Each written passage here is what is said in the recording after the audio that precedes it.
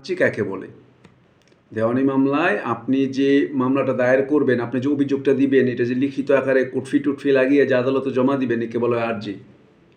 থানায় যেটাকে বলি আমরা এজাহার বা অভিযোগ, দেওয়ানি মামলায় ওইটা অভিযোগ যে ও আমার ক্ষতি করছে, ও আমার দলিল নিয়ে এটা করছে, ও আমার জমি নিয়ে এটা করছে, এইটাও এক ধরনের অভিযোগ। আপনি যদি লেখেন যে দেওয়ানি মামলার অভিযোগকে আর্জি বলে, তাহলে কিন্তু ভুল বলা হচ্ছে না, কারণ এটাও দেওয়ানি অভিযোগ যে আমাদের অধিকারটাকে দিচ্ছে না।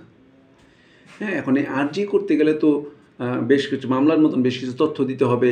আপনি যিনি মামলা করছেন ওনার নাম ঠিকানা দিবেন, যার বিরুদ্ধে মামলা দায়ের করছেন তার নাম ঠিকানা দিবেন, তারপর প্রথমত আদালতের নাম দিবেন, তারপর হচ্ছে কেউ বাদী বিবাদীর মধ্যে কেউ যদি নাবালক পাগল থাকে এই বিষয়গুলো জানাবেন, তারপর হচ্ছে কেন মামলা করলেন এইটা বলবেন, তারপর কী বিচার চান আদালতের নিকট, যাকে বিচার তো আর বলে না, তখন বলে প্রতিকার, কী প্রতিকার দিবেন সেটা বলবেন।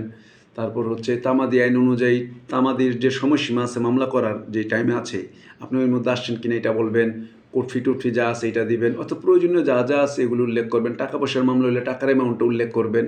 এগুলি আপনি আর্জিতে দিবেন। আচ্ছা, আর্জিতে দিলেন, আর্জি দেওয়ার পর মামলা দায়ের হলো, এবার তার উপর একটা সমন যাবে।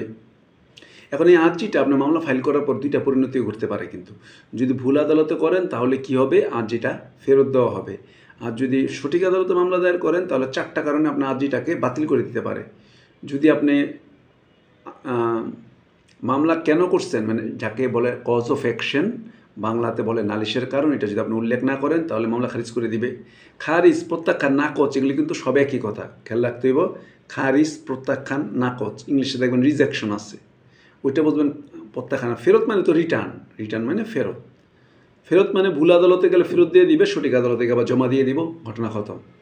কিন্তু এখানে যে বিষয়টা ঘটবে সেটা হচ্ছে 4টা কারণে ফেরত দেবে। যদি আপনি মামলা কেন করছেন কারণ না বলেন, যদি কোর্ট ফি কম দেন, মামলার জমির যে মূল্য এটা যদি কম দেখান চালাকি করে, তারপর যদি আইনে নিষিদ্ধ করা থাকে এটা মামলা করাই যাবে না এই কোর্টে, এর জন্য আলাদা কোর্ট আছে, এই কোর্টে করাই যাবে না, তাহলে আজই মানে এই কোর্টেই করতে পারবেন না, এই জেলা কোর্টে করতে পারবেন না। হ্যাঁ, যেমন শ্রম আদালতের মামলা শ্রম আদালতে করতে হবে, এটা আমাদের যদি কোর্টে করেন মামলা খারিজ হবে।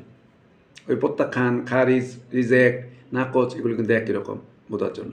আর্জি হলো, আর্জির পরে এখন সমন দিবে। সমন দেওয়া মানে হচ্ছে অপরপক্ষকে জানানো তুমি ওই দিন ওই সময় কোর্টে আসবা, সমন মানে এটা। তারপর অপশন হচ্ছে যে এই যে সমনটা পাওয়ার পর ওই পক্ষে একটা জবাব দিবে, জবাব এসে বলবে সে আপনার কথাটাকে মানে কি মানে না। এটা পর হচ্ছে একটা বিচার্য বিষয় ঘটবে, ঘটবে বিকল্প বিরোধ মীমাংসা, শব্দটা খেয়াল রাখেন না, বিকল্প বিরোধ মীমাংসা, মানে এটা বিরোধ মীমাংসা করার চেষ্টা করবে। উভয় পক্ষের মধ্যে মিটমাট করে, আপনারা মিটমাট হয়ে আসেন, হইলে মামলাটা শেষ হয়ে যাবো, দেখেন মিটমাট করা হয় কিনা। এটা যদি না হয় তাহলে চার্জ গঠনের মতন দেওয়ানি মামলা তো একটা বিচার্য বিষয় গঠন করা হবে, বিচার্য বিষয়টা গঠন করবে। তারপর হচ্ছে আরও ছোটোখাটো ধাপ আছে, এটা যাচ্ছি না। এরপর সাক্ষী শুরু হবে, উভয় পক্ষের সাক্ষী যাবে, তারপর যুক্তিতর্ক হবে, উভয় পক্ষের উকিলরা বই পুস্তক নিয়ে প্রমাণ করার চেষ্টা করবে জমিটা উনি পাবেন, জমিটা উনি পাবেন। এরপর আদালত রায় দিবে এবং সংক্ষিপ্তভাবে ডিক্রিও দিবে। এগুলির পর আবার অনেক সময় ডিক্রি জারি করা দরকার পড়ে, যে আমার ডিক্রিটা ডোলডক্কর দিয়ে আদায় করে দিয়ে যান। হ্যাঁ, এগুলি হচ্ছে এই ধাপগুলি আলোচনা করবেন। এগুলি জানা থাকলে সুবিধা হচ্ছে প্রশ্ন পড়তে সুবিধা। আর যে এই ধাপগুলি আমি যেটা আলোচনা করলাম এটা একটু মাথায় রাখবেন, যাতে লেজুর যদি প্রশ্নগুলি এরকম একটু কানেক্টেড দিয়ে করে তাহলে এগুলো আনসার করতে সুবিধা হবে। তাহলে দেওয়ানি মামলা ধাপগুলি আমরা দেখতে পেলাম, দেওয়ানি আদালতগুলি আমরা সম্পর্কে জানি। সহকারী জজ 1 থেকে 15 লক্ষ টাকা, 15 লক্ষ 1 টাকা থেকে 25 লক্ষ টাকা, 25 লক্ষ 1 টাকা থেকে অসীম মামলা যুগ্মতে করতে পারবেন। এরপর হচ্ছে এখানে রায় যদি আপনার পছন্দ না হয় তাহলে আপনি আপিল করতে পারবেন জেলা জজ কোর্টে, যদি সম্পত্তির মূল্য 5 কোটি টাকার ভিতরে হয়। অর্থাৎ সহকারী জজের মামলা তো 15 লাখ টাকা পর্যন্ত, এটা অবশ্যই জজ কোর্টে আপিল হবে। তারপর সিনিয়র সহকারী জজের ক্ষমতা হচ্ছে 15 লক্ষ 1 টাকা থেকে 25 লক্ষ টাকা, এখানে অবশ্যই ওখানে আপিল হবে। আর যুগ্ম জেলা কোর্টে 25 লক্ষ 1 টাকা থেকে যদি 5 কোটি টাকার মধ্যে সম্পত্তিটা দাম থেকে থাকে, যে মামলাটা করলেন ওর বিরুদ্ধে হলে এই কোর্টে করতে পারবেন জজ কোর্টের কাছে, কারণ জজ কোর্ট 5 কোটি টাকা সম্পত্তির পর্যন্ত মামলার আপিল শুনতে পারবেন, মামলা না কিন্তু আপিল শুনতে পারবেন। তাহলে আপিল করবেন, উনি আবার অতিরিক্ত জেলা জজকে কিছু ফাইল পাঠিয়ে দিবেন, উনিও দেখবেন, দুইজনে একই রকম সিদ্ধান্ত নেওয়ার ক্ষমতা রাখেন। এরপর এগুলির পরে এরপর হবে বাকি ধাপগুলি, এবার আরও উপরে কোর্টে যান না যান। হ্যাঁ, এইরকম আদালতগুলি এইরকম ক্ষমতাগুলি আমরা দেখতে পেলাম, গঠন ক্ষমতা, এখতিয়ার, এগুলি বিভিন্ন ধরনের এখতিয়ার আছে।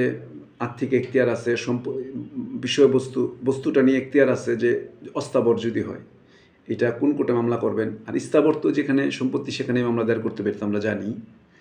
এরপর মূল আইন আর পদ্ধতিগত আইনের একটা ব্যাপার আছে, যে মূল আইন কী পদ্ধতিগত আইন কী, এই বিষয়টা মাথায় রাখতে হবে। আর আমরা তো অবশ্যই জানি দেওয়ানি মানে কি। আমরা তো জানি দেওয়ানি মানে হচ্ছে সম্পত্তি, অধিকার মানে পদ পদবি, এগুলি নিয়ে যে মামলা হয়, সম্পত্তি আর অধিকার পদ পদবি নিয়ে যে মামলা হয়, এগুলোকে বলে দেওয়ানি মামলা। দেওয়ানি মামলা দেওয়ানি আদালতে করতে হয়, এটা হচ্ছে নর্মাল নিয়ম।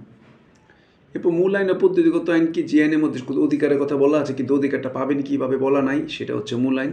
আর যে আইনের মধ্যে অধিকারটা আদায়ের পদ্ধতি বা প্রসিডিউর বলা আছে তাকে বলা হচ্ছে পদ্ধতিগত আইন। দেওয়ানি কার্যবিধি পদ্ধতিগত আইন কিনা, এর উত্তর আমরা বলবো এটার মধ্যে আমরা মিক্সিং হিসাবে আমরা দেখতে পাবো দেওয়ানি কার্যবিধি অনুযায়ী পদ্ধতিগত আইন কিনা। ইয়াকে কেন ধারা আদেশে বিভক্ত করা হয়েছে, এটা বুঝির জন্য। ধারা করছে হচ্ছে সংসদ, এটা সংসদই পরিবর্তন করতে পারে। আর আদেশ বিধি এগুলি সুপ্রিম কোর্ট বানিয়েছে। আদেশ মানে তো বুঝি 50টা অধ্যায়, আমরা বলবো 50টা চ্যাপ্টার, বোঝার জন্য বলতে পারবো। লেখার সময় লিখবো অধ্যায়, কিন্তু বোঝার জন্য লেখার সময় লিখবো হচ্ছে আদেশ, কিন্তু বোঝার জন্য মনে রাখবো এগুলি একটা চ্যাপ্টারের নাম, প্রতিটা বিষয় সম্পর্কে বলা আছে। এই বিষয়গুলি এই বিষয়গুলির মধ্যে আমরা যাব।